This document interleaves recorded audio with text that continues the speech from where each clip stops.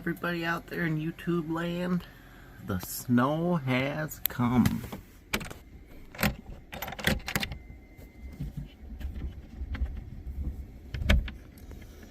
Undo the hatch thing here.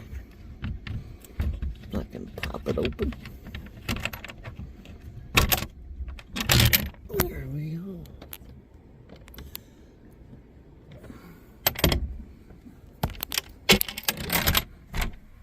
I thought we left Minnesota. I didn't think it was going to snow down here in Kentucky like this early. So it's going to be a chilly day. So right now we're nice and warm. 120, we got our little heater going. It's almost 80 degrees. So we're nice and warm.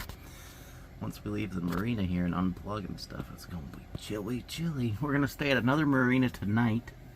Paris Landing is the plan, because they have another plug-in and it's cold and I want heat. So, alright, we got our cable.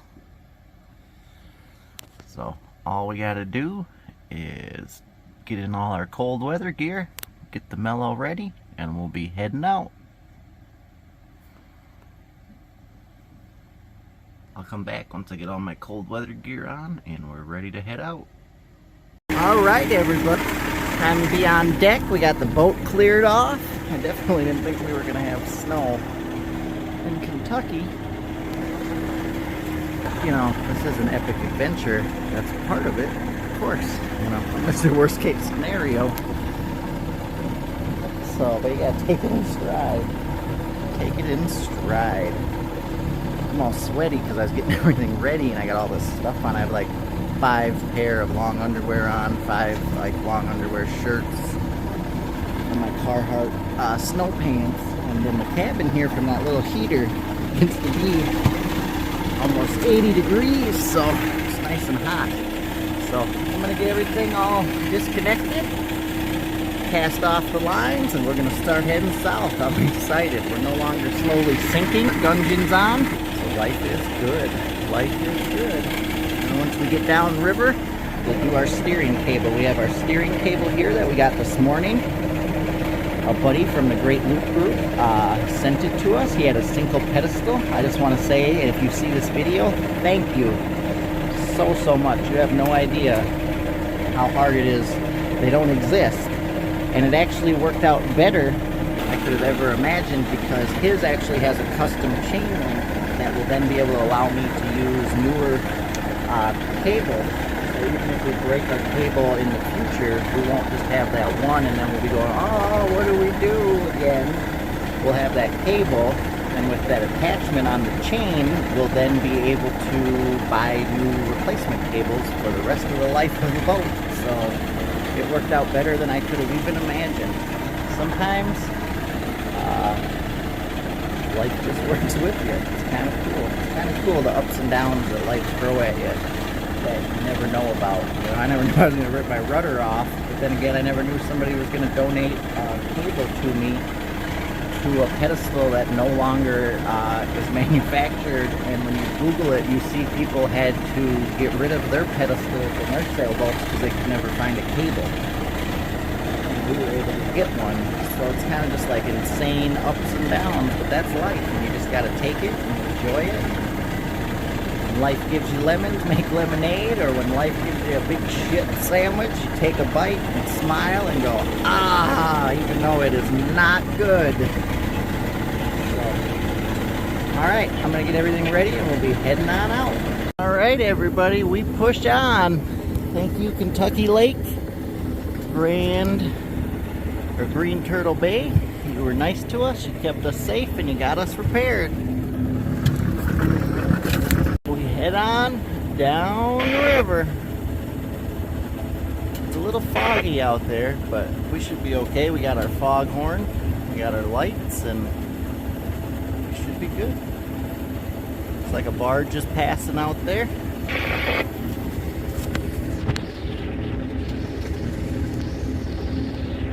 Alright, this is pretty cool with the fog kind of right over the water and that little rock over there. Pretty cool.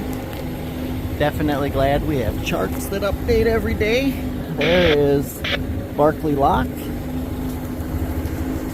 So everything's looking good. We're not leaking any water with the Gungeon, so there should be no foreseen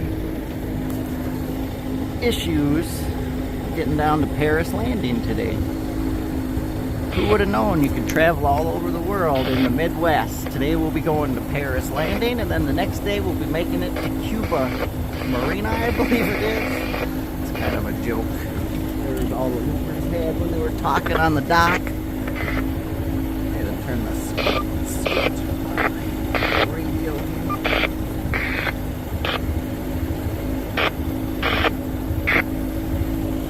Overall, everything looks good.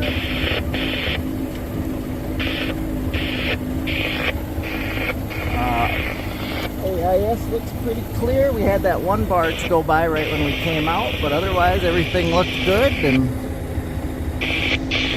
onward we should be able to make it. It's really nice to have our rudder repaired. It's just like a calming feeling to know that your rudder's not going to rip off at any moment with the gudgeons, how they work. This is the weather of my people. I'm a Viking, Danish. Hopefully once we get out here, we'll get a little more wind. It's supposed to be 10 to 15 mile an hour winds from the north. And when it's colder, the wind is more dense. So I'm hoping once we get out there, we'll be able to throw up the front sail and we'll be cruising.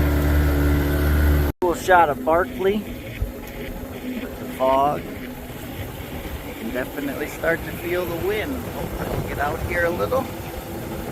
Be able to turn south, get that mainsail out, and be cruising. Onward we go into the ice, the wind, and the snow.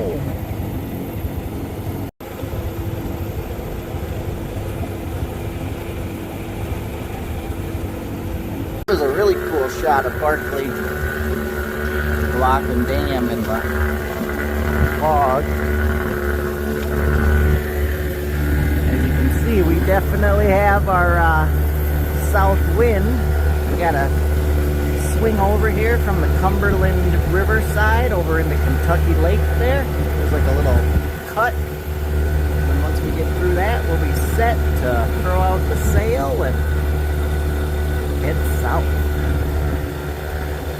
I'm kind of liking this. This is really cool with the way the fog is just barely over the, you can't really see it in the camera. It doesn't show it as much. But it's just kind of with the wind barely going over the, let's see if I can zoom out more in it. You'll see. It's kind of going over the lake. And you kind of see everything. It's not super foggy, so you can see.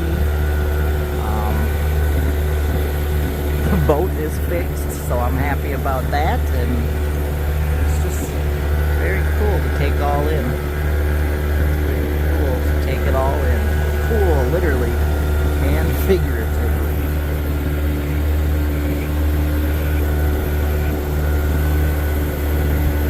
Never thought I'd be doing some snow sailing on the boat when there was snow all over it.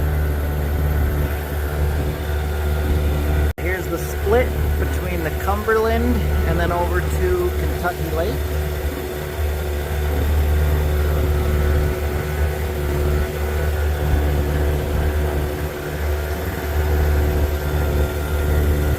We're supposed to have a high of, I believe, 46 today.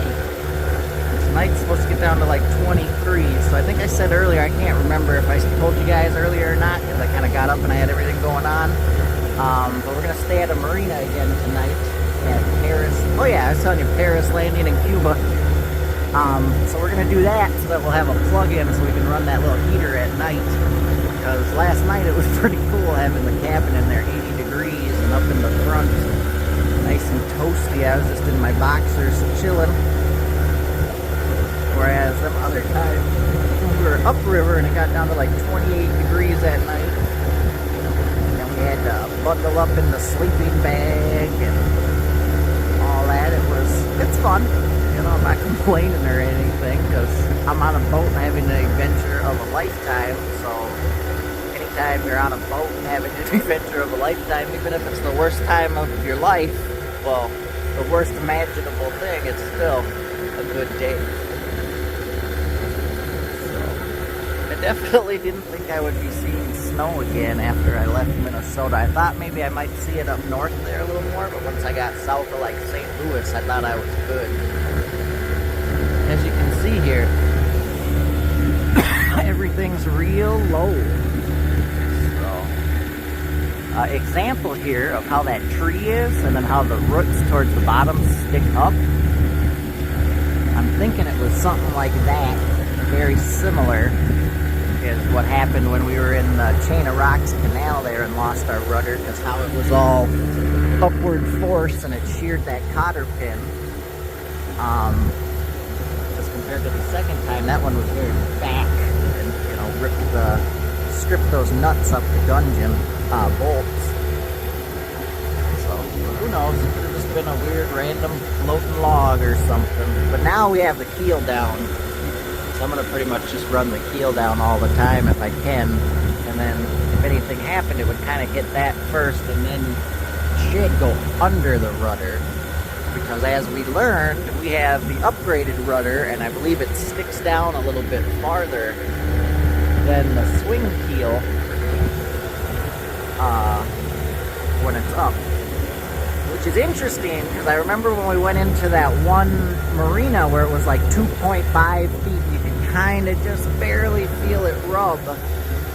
The rudder must have just kind of cut right through that soft silt, because it is definitely farther, it is deeper than 2.5 feet, the rudder. I believe the rudder is almost 3 feet, and the swing keel, when that's up, it's like 2.6 feet.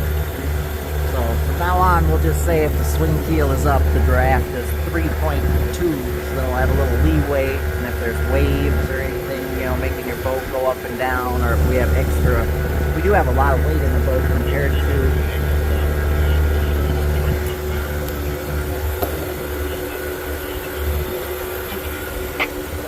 what a standard Catalina would normally have, kind of swaying over there so we can go over and then down.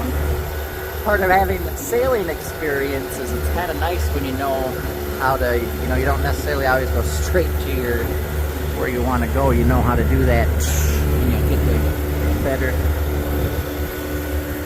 So then we'll make the turn and start heading this way more.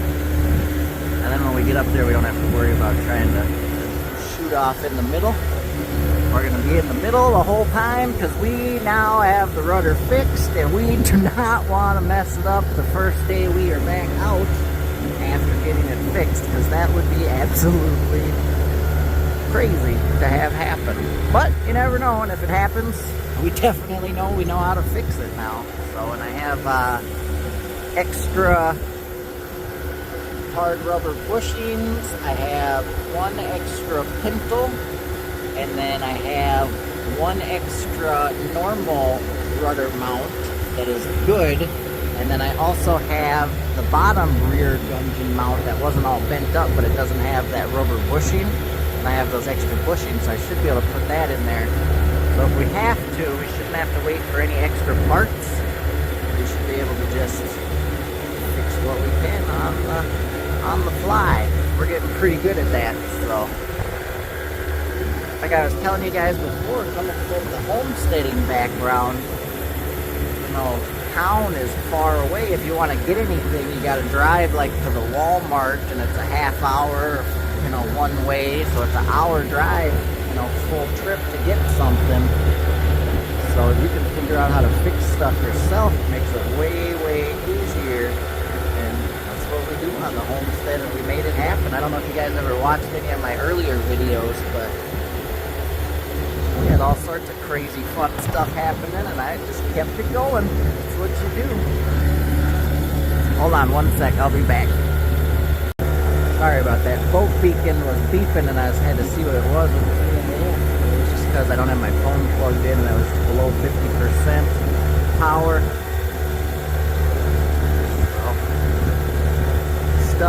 I'll run down and get the plug-in here in a little bit. Probably before we get to this bridge, because once we get down on Kentucky Lake, we're going to be sailing and everything. I'm not going to be able to run in and out. So I'll just kind of slow down so we don't end up shooting off over to the side. Grab that plug-in, and then we'll get up here to Kentucky Lake and head south with the sail. Here's the bridge between the Cumberland part and the Tennessee River part of Kentucky Lake.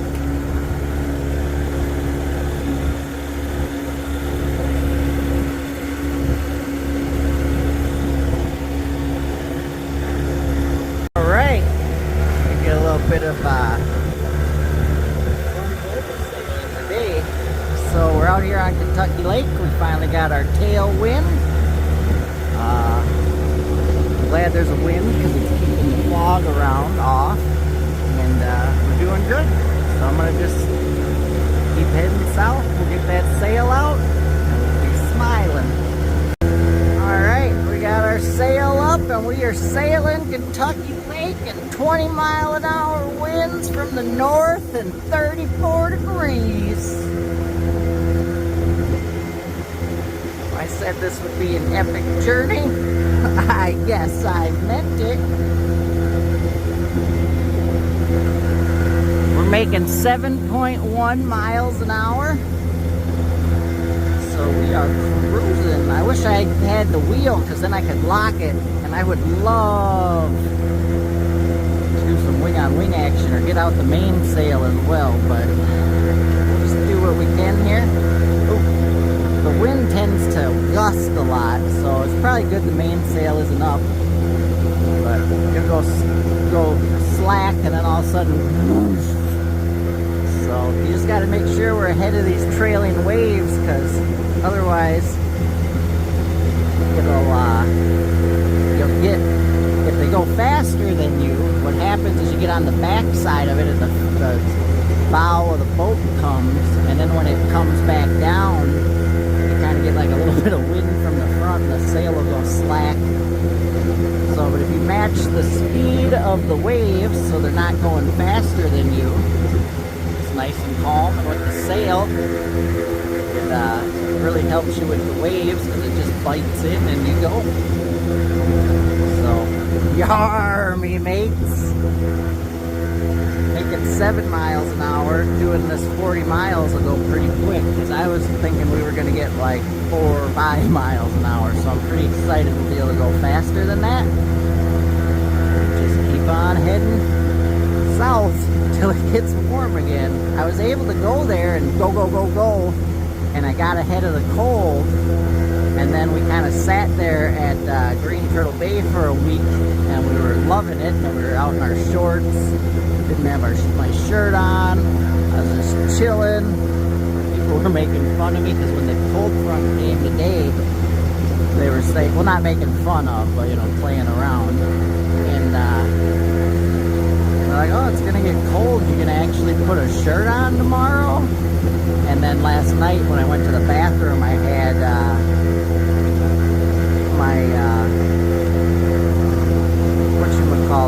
my do-rag on, and I go, oh, it must be getting cold. He put on a hat. Yeah. We are making 6.7 miles an hour up current, because the current runs up Kentucky Lake here to Kentucky Lake Dam into the Ohio. Ooh, sail went. Self-tagging jib. Works because the wind's behind us, so otherwise that could be a problem, but we're working with it. I'd flip it over, but what ends up happening is it ends up going right back, and the majority of the time it's off this way, starboard. So we're getting maybe 2-foot waves, 3-foot waves. Ooh, trailing one there, that was good. So I gotta pay attention, and we'll keep on heading. Alright, we're getting ready to go under the Eggener Ferry Bridge. So, get on under here. That'll be our first bridge, and then the next bridge we come to is right by where the marina is.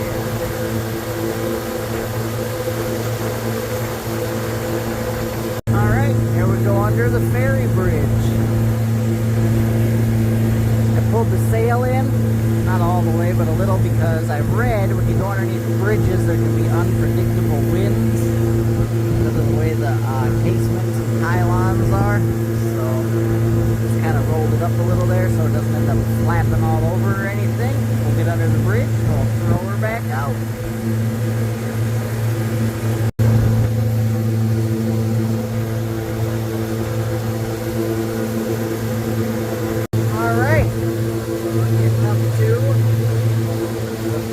By Paris Landing. See it through the fog. I don't think it'll focus because of the fog. So another 6 miles, so we should be there in about an hour. A little less because we're going about 8.2 a few times. I only have a little teeny bit of the sail out, but it's fun. It's crazy when you get like 30, 35, 40 mile an hour gusts. And then coming from the rear, we have the wave, so it lines up like perfect. And you'll get riding the wave, surfing the wave, the wind will catch, and you'll be going like 8.5, 9 knots. It's pretty cool. We're just going up the current, but the wind has the waves going up one way. We are cruising. I'm loving it. So not too much farther. Dock, plug in, throw on the heater, and we will chill. We have been chilling all day. Give me a breath. I think I had a high of like 37 today. So I didn't think on my loop trip in Kentucky I would be doing Arctic sailing. But you never know. That's the fun of the adventure. Alright everybody. We made it to Paris Landing. Right up over here. Nothing crazy happened today, at least not yet. Shouldn't say that till we get to the dock. But it was a good day. It was a good day. So I'll get all docked and I'll be back. Alright, here we head in. There's another looper. And Paris Landing. Wasn't a bad day at all. Alright everybody out there in YouTube land, we made it to Paris Landing. A bunch of other loopers here. We are going to call it a night. We have our heater all ready and plugged in. So it'll be nice and toasty in the morning, and then we'll head south.